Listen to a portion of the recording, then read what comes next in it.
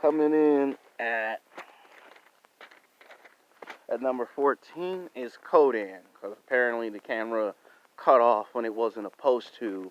And when it gets closer to summertime, people, it gets very, very, very hot.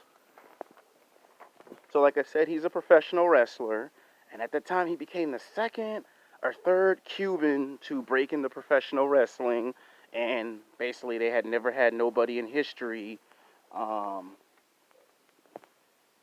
do what he was doing. You know, wrestling, a movie, a television show, and then a rap song.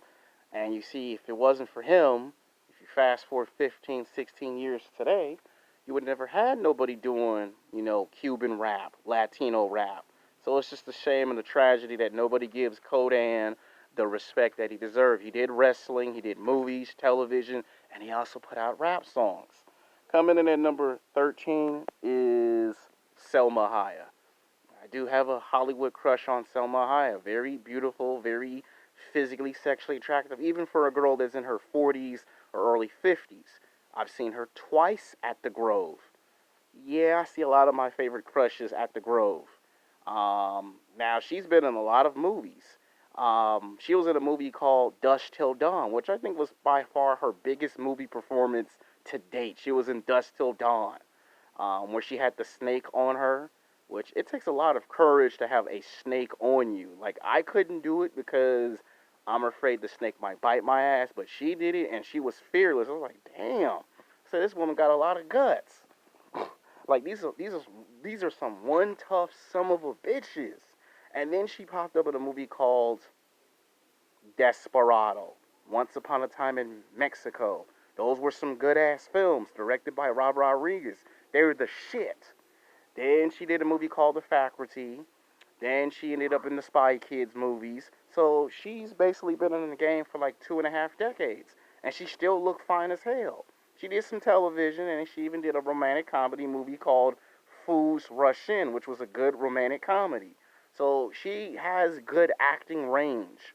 Like, she don't just do straight action. She can do science fiction, horror, comedy, romance comedy. She even did a western, which I was shocked that she did. You know, and to me, had they kept her for the second Dusk Till Dawn, that could have been a franchise that she would lead, which she would ultimately be a part of multiple franchises in her career.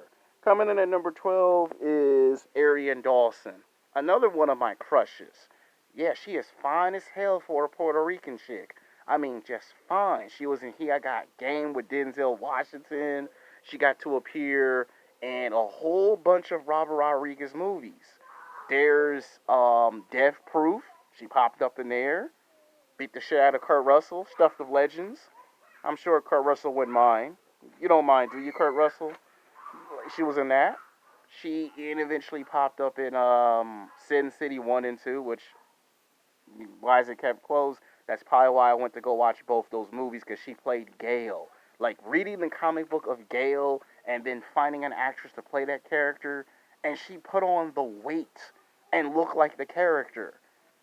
And then, of course, she was in Luke Cage, and now she's going to be in a Star Wars television show. So she's going to be in The Mandalorian, and then she's going to get her own television show. And I'm going to buy the t-shirt. I'm going to buy the action figures of Ahsoka Tano, because that was an anime character that came from the cartoon of Star Wars Clone Wars. Damn, she gonna look fine as the character. Finally, we get the character that every Star Wars fan has been asking for. Finally. Coming in at number 11 is Jessica Albedo. Now, she's another girl that I like, because she was able to play two franchises at the same time. Fantastic Four and Sin City. So in one aspect, she was Sue Storm from Fantastic Four, and then she played Little Nancy from the Sin City movies. That's two franchises. And then the pop-up in Machete. And in Spy Kids. So she's been a part of 4 different franchises. She also created her own healthcare products, you know, the creams. She created her own products.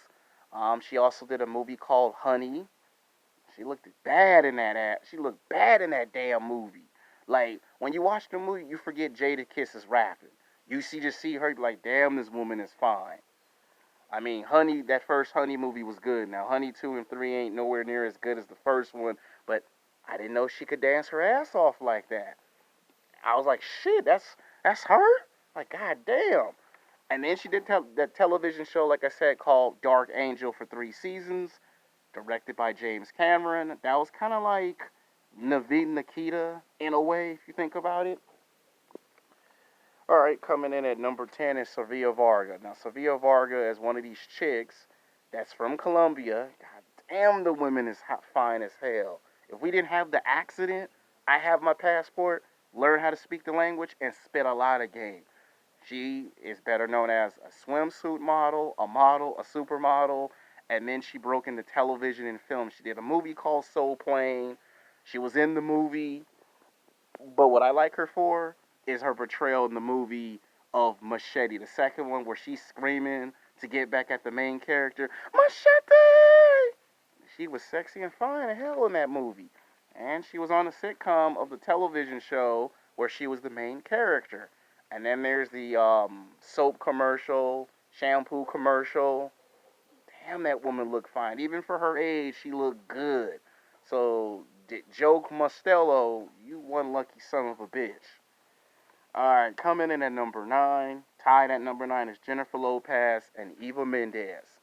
Now, I told you guys a month ago in a past YouTube video that I almost bodyguard for Jennifer Lopez. I was on my day off, washing clothes, paying my bills, getting ready to go hit the gym, and 2 days later, my former LP supervisor told me at Top Shop Top Man, that's the Grove, yes, that's where all the Hollywood celebrities shop at, told me he was very close to, you know what I mean, getting me on my day off the bodyguard for Jennifer Lopez, to watch this woman's movies, television shows, listen to her music, and have a crush on her, and then to be in the place where she shop at and be a security guard. You know how difficult to pull that off? And I probably would have actually pulled it off. She looks good for her age. And she's in her 50s, she looked good for her age. Woman does it all. Movies, television, music, American Idol. And the fact that she's still in athletic shape is incredible. On the other hand, you have Eva Mendes. You know, I've seen her movies too. Training Day, Out of Time. I've seen her in Once Upon a Time in Mexico. She was in The Spirit. She was in the Fast Furious movies. And when a lot of people see Eva Mendes, they see like a younger version of Jennifer Lopez. Like, yeah, Jennifer Lopez came a decade early and did movies like Money Train, that movie with George Clooney. That's the stuff of legends right there.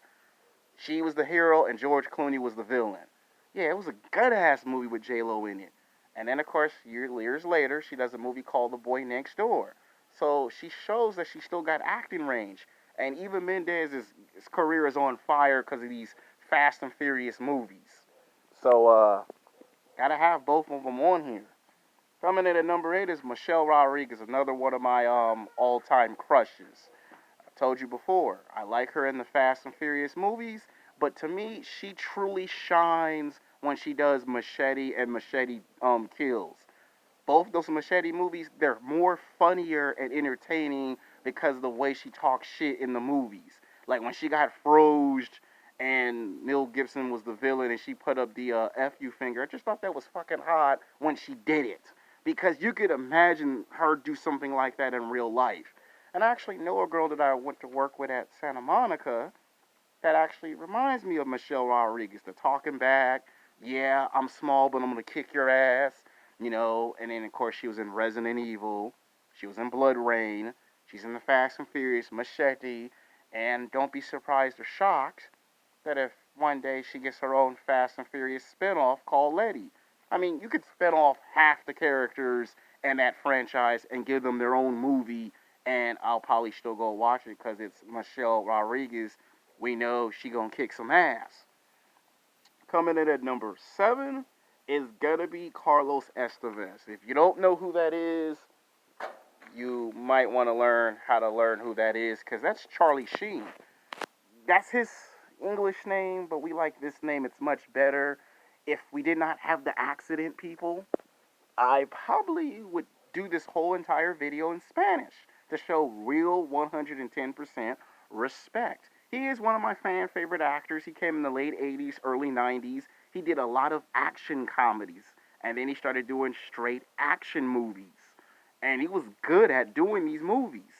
One of my favorite movies is a war movie where he was actually in there with his brother.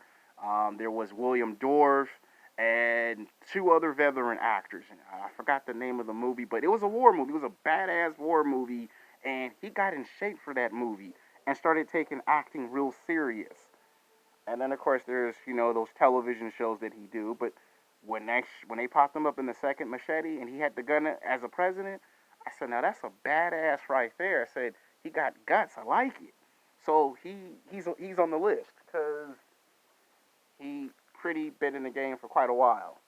All right, coming in at number 6 is Erik Estrada. Now Erik Estrada did a television show 25 years ago from today called Chips. Two cops on a motorcycle. You know what? To be honest, to tell you the truth, if it wasn't for him, I probably would have never, ever thought about driving a motorcycle. I mean, I saw him on the motorcycle, and the first thing I thought was, he's a badass. I mean, he had the slick back hair, he had the good looks, he was kicking ass in the TV show, he popped up in some movies, and the late 90s, early 2000s, he popped up in all these damn commercials. And then they did crossovers, like they did his TV show with another television show. Got on Miami Vice, got on all these crime dramas. He would pop up in those shows. If it weren't for him, you would have never seen me ever try to drive a motorcycle and be a badass. So I credit him because if it weren't for him, you never see me try to drive a motorcycle. All right, coming in at number 5 is Cheech Martin. If you don't know who he is, you've seen all his movies, all his television shows. He's been around for 3+ decades. He truly deserves an Oscar or an Academy Award. Guy's been in he's been in all the Dust Till Dawns, all 3 movies. He's been in Desperado, Once Upon a Time in Mexico. He's even popped up in them Spy Kid movies, small little roles in there. But he also did a movie called Cheech and Chong, which is a very famous movie. I mean, that movie's like nearly 25 years old. There's like 2 movies. And it's a shame. It's a tragedy that him and his best friend broke up in real life, but they were the best part of that movie. And he gets into the movies, television shows, the commercials. So he's been around as long as half the people that's on this list. In fact, he's one of the few people who opened the doors for the rest of them to come in and get into movies, television, music. So you got to show him some respect and some credit. He is one of the legends. He is one of the icons. All right, coming in at number 4 is Edward James Olmos. Now, he is a legend.